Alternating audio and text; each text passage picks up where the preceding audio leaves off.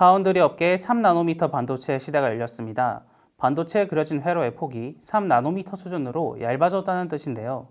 사실 반도체의 회로 폭은 20나노미터 이후로 거의 줄지 않고 있기 때문에 속도와 전력 소비를 3나노미터급으로 끌어올렸다는 정도로 이해하면 됩니다. 반도체는 실리콘 원판에 여러 개의 회로를 그린 뒤 초콜릿처럼 분할하는 식으로 만들어집니다.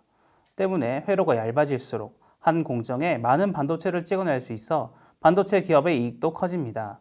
반도체가 작아지면 소모 전력은 줄고 전기 신호가 빨라집니다. 이는 더 작고 더 빠른 전자제품을 가능하게 해주기 때문에 모두에게 희소식일 수밖에 없습니다.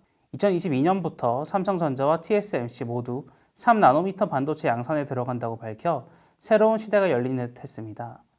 그런데 뚜껑을 열어보니 애플, 인텔, 퀄컴, 미디어텍, 엔비디아 등 굵직굵직한 고객은 TSMC가 쓸어가고 삼성전자는 중국의 이름 모를 기업만을 고객으로 확보했다고 해 씁쓸함을 안기고 있습니다. IT 관련 언론이나 전문가들은 TSMC가 검증된 핀팻 공정을 고도화해 승기를 잡았다는 판정을 내놓습니다.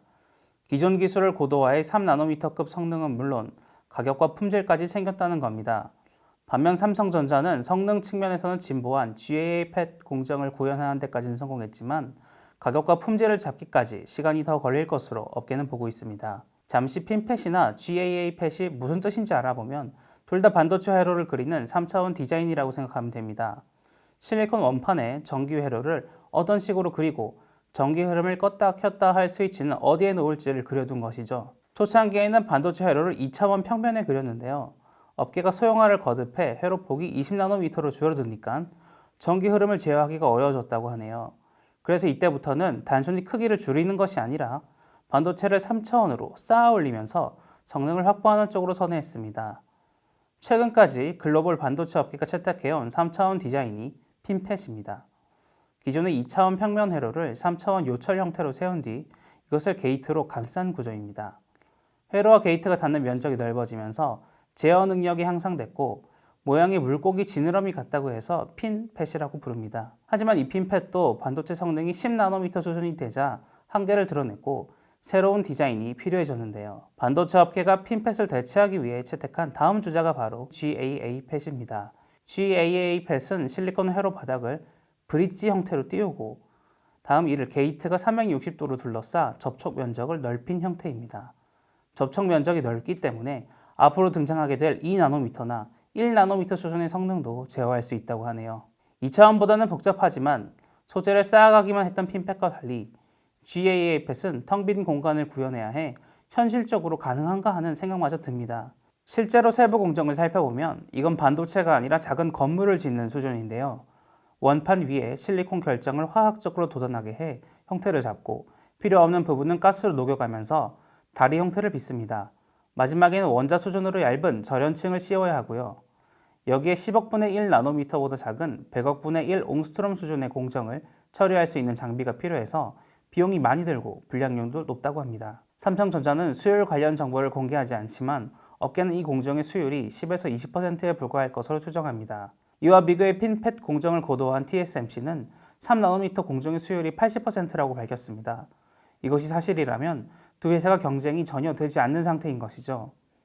이 때문에 반도체 업계는 앞으로 약 2년 반 동안 TSMC가 고성능 반도체 위탁 생산을 독점할 것으로 내다봅니다.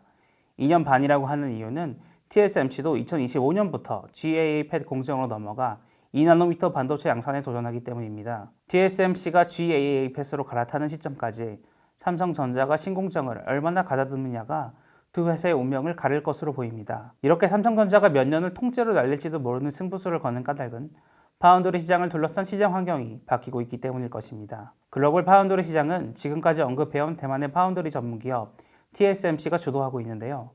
TSMC는 1987년부터 쌓아온 업력을 바탕으로 기술과 생산 능력에서 압도적 우위를 점하고 있으며 특히 고성능 반도체 분야에서 타의 추종을 불허합니다. 삼성전자 파운드리가 간신히 경쟁 구도를 만들어가고 있었지만 최근 반도체 부족 사태에 따라 강대국들이 반도체 주권 확보에 나서면서 2등 자리를 지키기도 쉽지만 않을 것이라는 전망이 나옵니다. 미국에서는 인텔이 정부의 지원을 등에 업고 파운드리 시장 재탈환에 나섰습니다. 아직 인텔은 점유율이 1% 수준이지만 앞으로 100조 원 이상을 파운드리에 투자해 미국과 유럽 반도체 시장을 싹쓸이하겠다는 포부를 품고 있습니다. 중국 파운드리 기업들의 추격도 만만치 않습니다.